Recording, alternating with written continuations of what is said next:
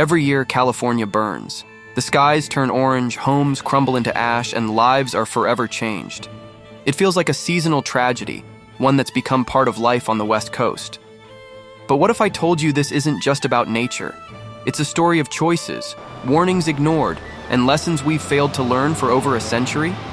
Today we explore the history of California's wildfires, uncovering the patterns, mistakes, and hard truths that continue to fuel these devastating blazes. Stick around, because the answers might surprise you, and they might just hold the key to stopping this cycle. Wildfires have always been a part of California's story. Long before skyscrapers dotted the skyline and freeways crisscrossed the state, fires shaped the land. Indigenous tribes like the Miwok and Chumash understood this. They used controlled burns to clear underbrush, rejuvenate soil, and prevent catastrophic fires. They worked with the land, not against it. But then came the settlers. As California's population exploded in the Gold Rush era and beyond, people built homes deep into fire-prone areas. Forests were logged, fire breaks ignored, and fire suppression policies took over. The very methods that had protected the land for centuries were replaced by a dangerous gamble, trying to stop every fire at all costs. In 1910, the Great Fire burned over 3 million acres in the Northwest, including parts of Northern California. While it wasn't the first major wildfire, it became a turning point. The federal government poured resources into firefighting, but with a flawed philosophy: extinguish every fire, no matter its size or location. This approach ignored the fact that some fires are necessary for the ecosystem. Instead of working with nature, humans began a war against it, a war they were destined to lose. As the 20th century unfolded, wildfires became more frequent and deadly. In 1933, the Griffith Park fire in Los Angeles claimed 29 lives, highlighting the dangers of unregulated urban expansion. Yet, lessons remained unlearned. By the mid-20th century, cities like Los Angeles and San Diego had expanded into areas where wildfires were not just possible, but inevitable. Fast forward to the 21st century, and the stakes have only grown higher. The 2018 Camp Fire stands out as one of California's deadliest.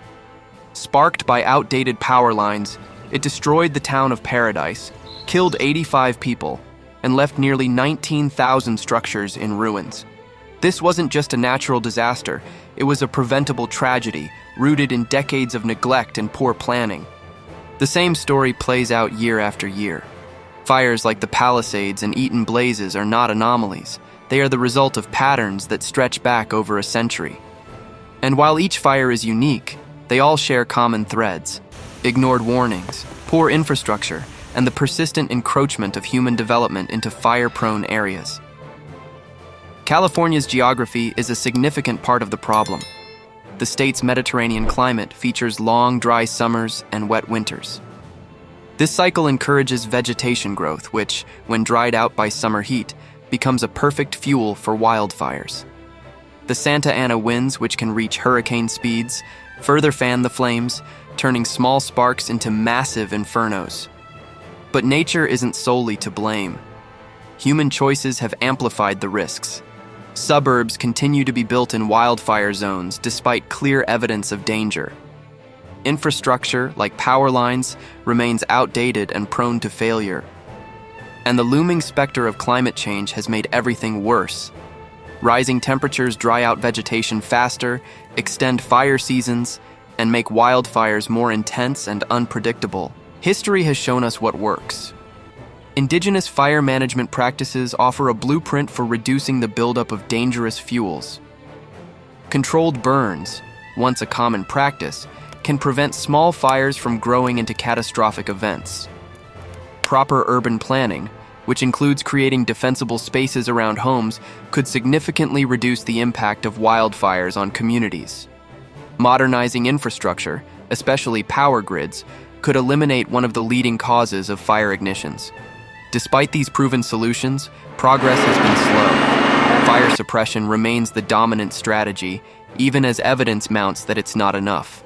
The cost of fighting fires continues to rise, and so does the human toll. Each year brings new tragedies, but the underlying causes remain unchanged. So, what's the solution? It's a mix of old wisdom and new technology. Controlled burns need to become a regular part of land management again, guided by the knowledge of indigenous practices. Urban planning must prioritize safety, ensuring homes and communities are built with fire resilience in mind. Investments in infrastructure, from underground power lines to advanced monitoring systems, could prevent many fires before they start. Technology also has a role to play. AI-driven early warning systems, satellite monitoring, and drones equipped with thermal imaging can help detect fires in their earliest stages.